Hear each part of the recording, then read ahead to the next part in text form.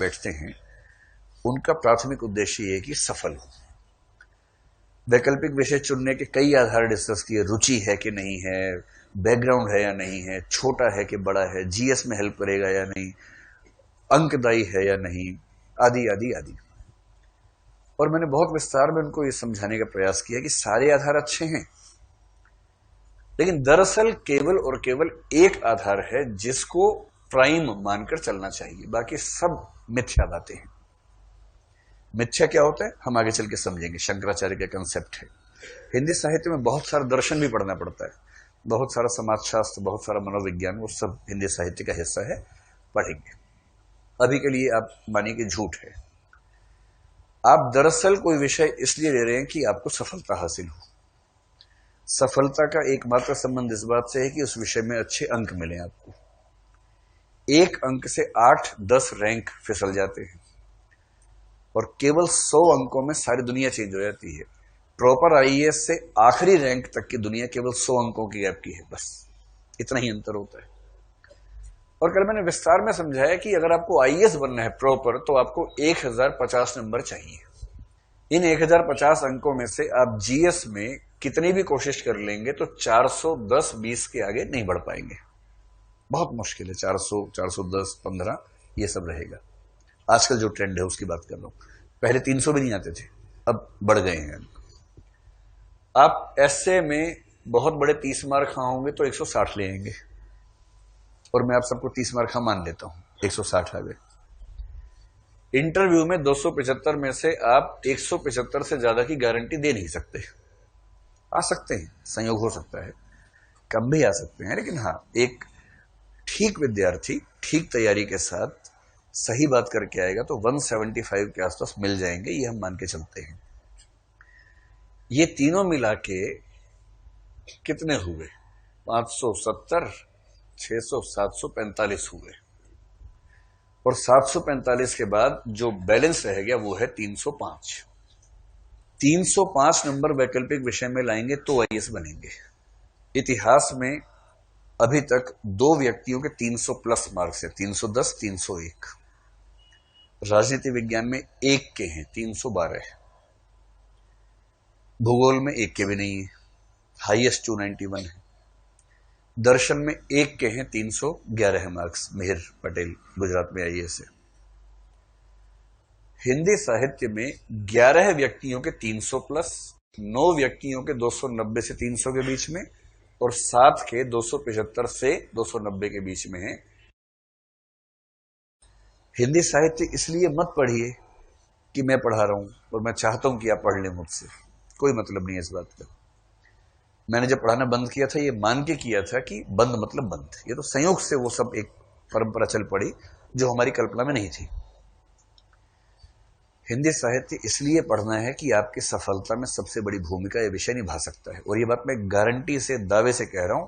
Internet पर DOPT की site पर पिछले 4 साल की सारी मार्कशीट्स उपलब्ध हैं, वहां से देख लीजिए। बस जिस भी विषय को देखें हिंदी माध्यम में देखिएगा, क्योंकि लोग क्या करते हैं, अंग्रेजी माध्यम के अंक दिखा के आपको बताएंगे कि इतने अंक आते हैं। अंग्रेजी माध्यम की दुनिया एकदम अलग है, वहां तो अंकों का अनुपात ही एकदम अलग हो जाता है। इसलिए मन में कोई दुविधा मत रखिए।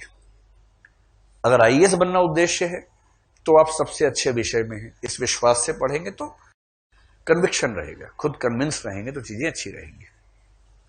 पृष्ठभूमि नहीं है, कोई फर्क नहीं पड़ता, 0 से हम शुरू करेंगे ही, एकदम 0 से।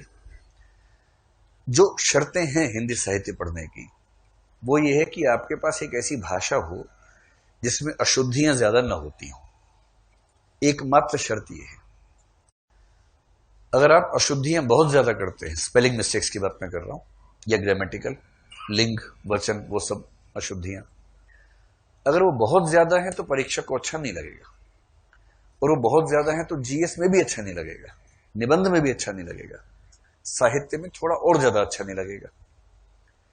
अगर आपके पास ऐसी भाषा है कि आप ठीक से लिख लेते हैं, फ्लो है बातों में, अशुद्धियां नहीं है या कम है, तो हिंदी साहित्य में इसके अलावा कोई भी शर्त नहीं है। सबसे मजे की 2 बातें हैं। इतने नंबर क्यों आते हैं? नंबर ज्यादा आने की एक वजह तो यह कि साहित्य के परीक्षक आमतौर पर थोड़े सहृदय माने जाते हैं।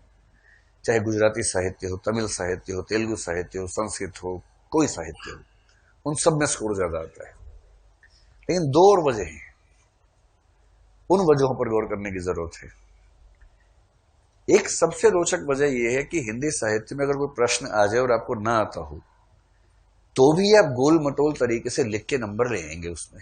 वो कैसे आएंगे अभी नहीं समझ में आएगा, कुछ दिनों के बाद प्रयोग करके देखेंगे। बस आपको हल्का सा अंदाजा होना चाहिए। जैसे प्रेमचंद पर सवाल आ गया, प्रेमचंद आपने ठीक से नहीं पढ़ा है, बस आपको यह पता है कि प्रेमचंद के उपन्यास का नाम गोदान है और 1936 में लिखा गया था, बस अगर इतना भी पता है तो भी साहित्य पढ़ने के बाद आप इस तरह से उत्तर फ्रेम करेंगे कि परीक्षक को वो उत्तर अच्छा लग जाएगा और 10 में से शायद 5 नंबर ना मिले लेकिन 4 मिल जाएंगे, 3.5 मिल जाएंगे।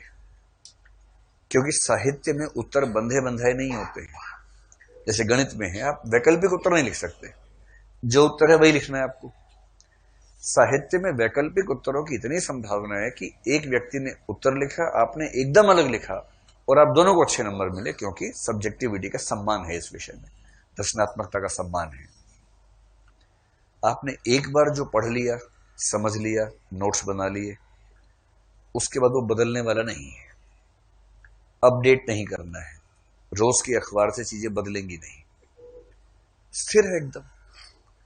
जो समस्या राजनीति विज्ञान में आती है, समाज शास्त्र में है, लोक प्रशासन में है कि प्रश्न वही हैं, उत्तर बदल गए अगले साल, नई स्टडीज आ गई, नई रिपोर्ट्स आ गई। अगर सेकंड एआरसी को हर 4 लाइन के बाद नहीं लिखेंगे पवेड में तो उत्तर अच्छा ही नहीं माना जाएगा। हिंदी साहित्य में कबीर चले गए, सारे प्रश्न वही, सारे उत्तर वही। जितने साहित्यकार पाठ्यक्रम में सब जा चुके हैं, इसलिए कोई तनाव की बात नहीं, कुछ बदलाव का स्कोप ही नहीं है। जो एक बार पढ़ लिया, नोट्स आपके तैयार है, पॉइंट्स तैयार हैं, आपने उसको याद किया, हो गया, बात खत्म हो गई। तो अपने मन में ये विश्वास रखिए, क्योंकि आप जब जाएंगे तो आसपास ऐसे कई ज्ञानी लोग मिलेंगे। क्या विषय लिया? हिंदी सर। हिंदी ले लिया, हिंदी ले लिया, अब क्या होगा तुम्हारा? अब तो तुम बर्बाद हो जाओगे। और जो गोलू किस्म के बच्चे होते हैं ना, डर जाते हैं ऐसी बातों से। गोलू समझ रहे, जो नए प्यारे प्यारे प्यारे बच्चे होते हैं, उनको लगता है अरे ये तो गलती हो गई बहुत बड़ी, अब हम क्या करें भैया, आप बताइए भैया। फिर भैया बोलते हैं शाम को अड्डे पे आओ, ज्ञान देंगे तुमको। और शाम को अड्डे पे आप जाएंगे, फिर वो ज्ञान देंगे, कोई ऊट पटांग विषय केमिस्ट्री दिलवा देंगे, तो केमिस्ट्री लो। और ऐसा ज्ञान देंगे कि आप कहेंगे देखिए केमिस्ट्री नहीं पढ़े तो जीवन क्या समझा हमने। तो अगर ऐसा कोई ज्ञानी महात्मा आसपास हो, उससे केवल एक बात कहना, लिटमस टेस्ट है, जो भी कुछ समझाए कि ये विषय लो, बोला सिर्फ एक बात, भैया 2013 में नया पाठ्यक्रम आया था, नया ट्रेंड मतलब मेंस का स्ट्रक्चर आया था, 2013 से 2018 तक जो भी विषय आप बता रहे हैं, उस विषय में हिंदी माध्यम में ऐसे 5 व्यक्तियों का नाम बता दीजिए जिनके 300 नंबर आए हों, बस सिर्फ 5, 10 भी नहीं मैं कह रहा, सिर्फ 5 पूछ लीजिएगा। और कहना भैया बताने से नहीं होगा, मार्कशीट दिखानी पड़ेगी। और जब कोई दिखाए, इंटरनेट पे सर्च कीजिएगा उसका नाम, मीडियम साथ में, तुरंत आ जाएगा कौन से मीडियम में था, किसी न किसी साइट पे जिक्र मिल ही जाएगा उसका, बस हो गया टेस्ट। किसी और से क्या पूछना है इसके लिए। और मैंने जो संख्या बताई है 11, 9 और 7, ये संख्या आप कहेंगे तो नाम इनके रटे हुए हैं सबके, अंकों के साथ लिस्ट भी है। देखिए, जो बात माने तथ्यों के साथ मानिए, हवा में किसी बात को मत मानिए। प्रमाण है तो ठीक है, वरना नहीं, बात खत्म। तो पहली बात, अपने मन में ठीक से धारण कर लीजिए कि आप जिस विषय में आए हैं वो विषय आपको आईएएस बनाने में पूरी भूमिका निभाएगा। बीपीएससी में रिजल्ट शानदार हिंदी साहित्य का इस बार भी आया हुआ है, और यूपी में पहले ठीक रहता था, इस बार थोड़ा बेहतर है। तो अगर एक विषय से आपको तीनों राज्यों को साथ लेना है तो उस सेंस में भी ये विषय ठीक है। सिलेबस हम यहाँ पर पूरा राज्यों का कर ही लेंगे, तो किसी तरह का दबाव अपने मन पे मत रखिएगा। अब देखिए हिंदी साहित्य में क्या क्या समझना है, हमें कहां से शुरू करना है।